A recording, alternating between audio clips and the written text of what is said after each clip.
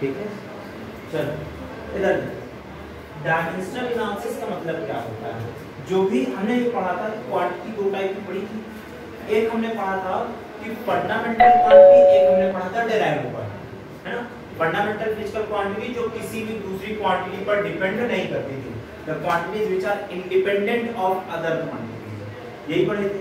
अच्छा, डेराइव्ड क्या पढ़ा था? डेराइव्ड वो क्वांटिटी होती थी जो फंडामेंटल पर डिपेंड करती थी। ठीक, जो फंडामेंटल क्वांटिटीज होती हैं उनको हम पर्टिकुलर एक डायमेंशन मानते हैं। क्या बोला? जो फंडामेंटल क्वांटिटीज है उनको एक डायमेंशन मान लेते हैं। तो इस तरह से हमारे पास क्वांटिटीज की बेसिस पर डायमेंशन कितनी हो गई? 7। तो जो डेराइव्ड क्वांटिटीज हैं उनको फंडामेंटल क्वांटिटीज के टर्म्स में जब हम एक्सप्लेन करते हैं तो हम कहते हैं कि वो डेराइव्ड क्वांटिटी का डायमेंशन। जैसे जाने हमने कहा हमारे पास 7 फंडामेंटल फिजिकल क्वांटिटीज थी। कौन कौन सी थी? इधर लिखता हूं क्वांटिटी,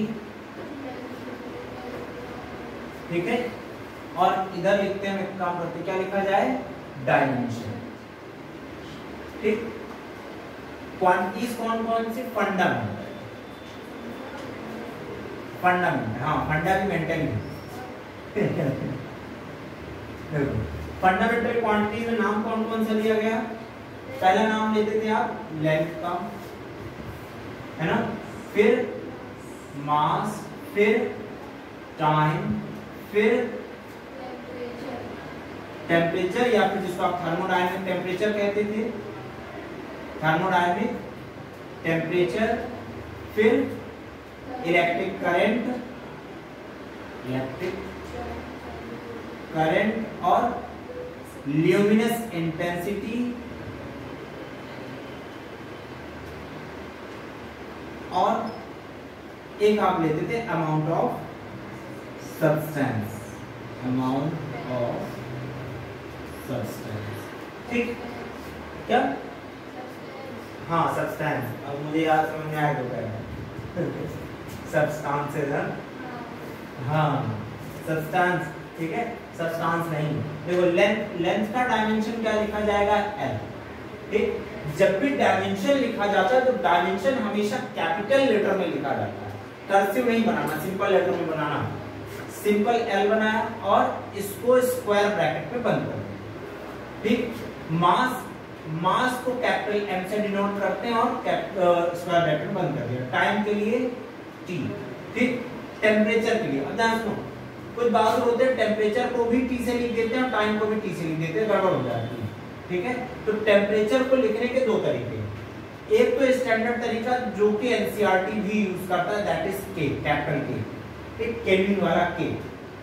दूसरा ये कि कुछ पुरानी बुक्स में, जो क्लासिकल बुक्स में फिजिक्स की, उसमें इसको थीटा से भी डिनोट किया गया, इससे थीटा से, तो चाहे आप K लिख देना या फिर थीटा लिख देना, किसके लिए? थर्मोडायनामिक टेम्परेचर के लिए, जो तुम्हारी इच्छा हो। इलेक्ट्रिक करंट को बुक्स में ध्यान सुनो, इसके लिए भी दो सिंबल यूज करते हैं, एक कुछ I यूज करते हैं और कुछ कैपिटल A यूज करते हैं। ठीक है, दोनों ही सही है, जो आपकी इच्छा हो वो यूज करो। ठीक है, ल्यूमिनस इंटेंसिटी के लिए CD यूज करते हैं और कैंडेला वाला कॉम्पैक्ट डिस्क नहीं। अमाउंट ऑफ सब्सटेंस के लिए आप सिंपली ऐसे मोल लिखते हैं, 3 लेटर का ये नहीं, इन दोनों को कैपिटल लेटर नहीं लिखना है, इनको, इन 5 को कैपिटल लेटर नहीं लिखना है। ये 7 क्वांटिटीज हैं, 7 डायमेंशन इनको माना जाता है। ठीक है, अरे मत कहना सर टाइम की 4th डायमेंशन होता है वो कहां से आया, ऐसा कुछ नहीं, ये क्वांटिटीज की बेसिस पर जो डायमेंशन बनाए जाते हैं वो। ठीक है, ये तो फंडामेंटल क्वांटिटीज की डायमेंशन है। हाँ, चोरी ना हो जाए, खुला छोड़ दो चोरी हो जाएगा, भाग जाएगा, तो हमने क्या किया, इसको डिब्बा में बंद कर दिया। हाँ, अब ना भागेगा। ठीक है, एक काम करो, इसको नोट करो, फिर इसके आगे की चीज बताऊंगा, थोड़ा दिखा देते हैं इसके बारे में। ये अगर हो गया हो इधर आए, चलो इधर हमने कहा कि जो डायमेंशन में हमने कहा फंडामेंटल क्वांटिटीज की डायमेंशन तो देख ली। अच्छा, सप्लीमेंट्री क्वांटिटीज की डायमेंशन हमने नहीं देखी, उसको भी देख लेते हैं। और वो एंगल है तो क्या हुआ, है तो क्वांटिटी, तो क्वांटिटी की जो डायमेंशन है उसको देखते हैं। जैसे हमने कहा, इसको अलग से लिख लेता ताकि मेरे पास है स्पेस। जो सप्लीमेंट्री क्वांटिटीज होती थी उनकी डायमेंशन। अच्छा, पहला होता था प्लेन एंगल, है ना। हमने कहा प्लेन एंगल। प्लेन एंगल क्या होता था, फॉर्मूला याद है? का आर्क अपॉन रेडियस। हाँ हाँ, बहुत ठीक है, तो याद था ना तुमको। देखो आर्क का क्या होता है, आर्क यानी कि लेंथ। अब ध्यान सुनो, आर्क एक लेंथ है, रेडियस भी एक लेंथ है, और तो कोई क्वांटिटी है नहीं। तो आर्क का अगर मैं डायमेंशन लिखना चाहूंगा तो लिखूंगा l, और रेडियस का लिखना चाहूंगा तो इसको भी क्या लिखूंगा, l। अब अगर मैं इसको सॉल्व करूंगा तो क्या आएगा, ध्यान सुनो, l 1 था, ये वाला l ऊपर जाएगा तो ये -1 हो जाएगा। l कितना हो गया, 0। यानी लेंथ पर डिपेंड नहीं करता, और किसी भी तरह का और कुछ तो लिखा भी नहीं। जब कुछ भी नहीं लिखा है तो हम कहेंगे इसको m0, l0, t0। मास पर डिपेंड नहीं कर रहा, लेंथ पर डिपेंड नहीं कर रहा, टाइम पर डिपेंड नहीं कर रहा, और किसी पर डिपेंड नहीं कर रहा। ऐसी क्वांटिटीज को हम कहते हैं डायमेंशनलेस क्वांटिटीज। क्या बोलते हैं, डायमेंशनलेस क्वांटिटीज। दिमाग इसमें डायमेंशनलेस। और एक और इधर लिख देता हूँ, चलो दूसरे नंबर पे मैं लिख देता हूँ प्लेन एंगल। दो सप्लीमेंट्री क्वांटिटीज होती थी, है ना। अच्छा, प्लेन एंगल और उसके बाद सॉलिड एंगल। चलो सॉलिड एंगल। सॉलिड एंगल क्या होता था, हाँ सॉलिड एंगल तगड़ा, बहुत। सॉलिड एंगल क्या होता था, हमने कहा ये होता था surface area upon radius square. यही पढ़ा है आपने, है ना। सरफेस एरिया, एरिया का, अच्छा अगर आपसे पूछा जाए एरिया का डायमेंशन होता तो एरिया क्या होता है, लेंथ इनटू ब्रेथ, है ना। या चलो l लेंथ इनटू ब्रेथ, ठीक, अपॉन रेडियस स्क्वायर। अब अगर इसको मैं लिखना चाहूं, ध्यान सुनो, लेंथ की डायमेंशन l, और जो ब्रेथ होता है वो भी इसकी लंबाई लेंथ है, तो इसका भी डायमेंशन क्या लिखेंगे, l अपॉन रेडियस की डायमेंशन क्या होती है, l, और इसका हमने कर रखा है स्क्वायर। तो ये जो स्क्वायर है बाहर ना लिख करके अंदर लिखा जाता है, और इसको l स्क्वायर ना पढ़ करके l2 पढ़ा जाएगा, ठीक है। पावर के फॉर्म में नहीं पढ़ा जाता, इसको नंबर के फॉर्म में पढ़ा जाएगा। अब क्या करेंगे, इसको ऊपर ले लेंगे। अब ध्यान सुनो, l इंटू l स्क्वायर होना चाहिए तो लिखेंगे l2, है ना। ये वाला l जब ऊपर जाएगा तो उसको लिख देंगे -2, तो ये भी दिमागलेस क्वांटिटी हो गया, ठीक है। क्या हो गया, l0। तो चाहे आप l0 कहो या फिर आप अगर इसको लिखना चाहो तो m0, l0, t0, ठीक। This is also a dimensionless quantity. Solid angle को आप जनरली ओमेगा से लिखते हैं, ठीक। कुछ बुक्स में ओमेगा की जगह ये वाला ओमेगा भी यूज करते हैं, कैपिटल ओमेगा, स्मॉल ओमेगा। लिख दिया तो लिख दिया, कोई अपराध नहीं, गुनाह नहीं। मैं बार बार ऐसा लिखता, डायमेंशन निकालनी थी, स्क्वायर ब्रैकेट में मैंने इसको बंद कर दिया,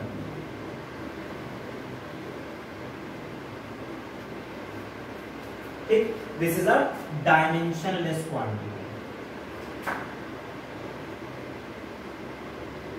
बात समझ में आ रही है कुछ कुछ, पक्का। ये तो हो गई दो सप्लीमेंट्री क्वांटिटी।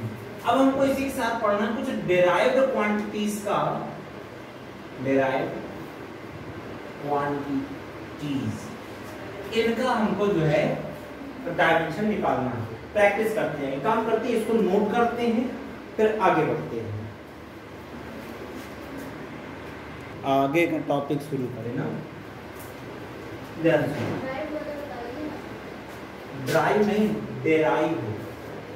हाँ, डेराइव में ध्यान सुनो, आपने कहा कि भाई डेराइव क्वांटिटी वो क्वांटिटी होती थी जो फंडामेंटल क्वांटिटी से मिलकर के बनी होती थी, है ना। सबसे पहला एग्जांपल, आसान एग्जांपल अगर मैं लेना चाहूं तो मैं कहूंगा एरिया, ठीक। इधर लिखता हूं मैं क्वांटिटी,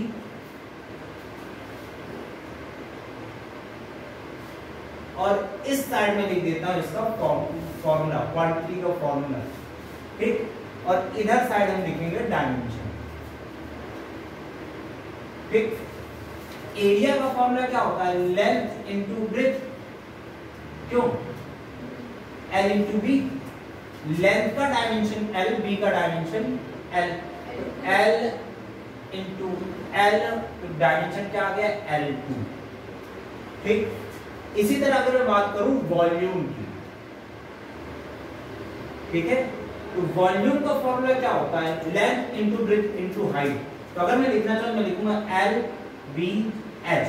तो अब अगर मैं डायमेंशन लिखना चाहूं l, ब्रेथ एक टाइप की लेंथ है तो इसकी भी डायमेंशन l, हाइट एक टाइप की डायमेंशन तो इसकी भी डायमेंशन l। तो तीनों को मल्टीप्लाई कर दिया क्या मिलेगा l3। बात समझ आ रही? अब देखो अगली डायमेंशन की अगर मैं बात करूं, आपने कहा ये मिला ये मिला, वेलोसिटी देखते हैं। वेलोसिटी क्या होता है, displacement upon time, displacement upon time. Displacement एक टाइप की लेंथ है और टाइम टू टाइम है ही। तो अगर मैं लिखना चाहूं तो लेंथ का डायमेंशन l और टाइम का डायमेंशन t, हमेशा स्क्वायर ब्रैकेट में बंद रखेंगे। तो जो टाइम होगा टाइम ऊपर चला जाएगा, क्या आ जाएगा l t माइनस 1। जाकर कुछ समझ में आ रहा है, वेलोसिटी समझ में आया? अच्छा, अब इसी बात पर मैं थोड़ा सा आगे बढ़ता हूं। अगर मैं कहूं एक्सेलरेशन, तो एक्सेलरेशन का फॉर्मूला क्या होता है, change in velocity upon time. अब ध्यान रखिए यहां एक खास बात हो रही है, चेंज इन वेलोसिटी का मतलब क्या है, final velocity minus initial velocity upon time. Dimension सिर्फ और सिर्फ मल्टीप्लाई और डिवाइड होती है, ठीक है, मल्टीप्लाई और डिवाइड करने पर डायमेंशन में चेंज आता है। लेकिन एडिशन में और सब्सट्रैक्शन में कोई दो क्वांटिटी जोड़ने में या फिर घटाने में डायमेंशन में चेंज नहीं आता। अगली चीज, सिर्फ वही क्वांटिटीज आपस में जोड़ी जा सकती हैं या फिर घटाई जा सकती हैं जिनकी डायमेंशन सेम हो। जैसे कि ये दो की दोनों वेलोसिटी है, सिर्फ वेलोसिटी को आपस में जोड़ा या घटाया जा सकता है, वेलोसिटी को एक्सेलरेशन से नहीं घटा सकते। बात समझ में? तो अगर ये दोनों सेम क्वांटिटी है तो दो के डायमेंशन दो बार नहीं लिखी जाएगी, इन दोनों की सेम डायमेंशन एक ही बार लिखी जाएगी। तो वेलोसिटी सिंपल सिंपल पढ़ेंगे। वेलोसिटी डायमेंशन क्या है, l माइनस 1 और टाइम का डायमेंशन क्या है t। तो अब ये t जब ऊपर चला जाएगा क्या लिखेंगे, lt माइनस 2। बात समझ में आ रही है, आसान है। अच्छा, एक क्वांटिटी है इसका फोर्स पहले और एक दो आसान पढ़ते फिर फोर्स का पढ़ते हैं। मोमेंटम के बाद फोर्स पढ़ जाएंगे। दरअसल मोमेंटम में डायरेक्ट मल्टीप्लाई। मोमेंटम क्या होता है, P equals to mv, mass into velocity. Mass का क्या होता है डायमेंशन m, वेलोसिटी का क्या होता है lt, ये देखो निकाल रखा है lt माइनस 1।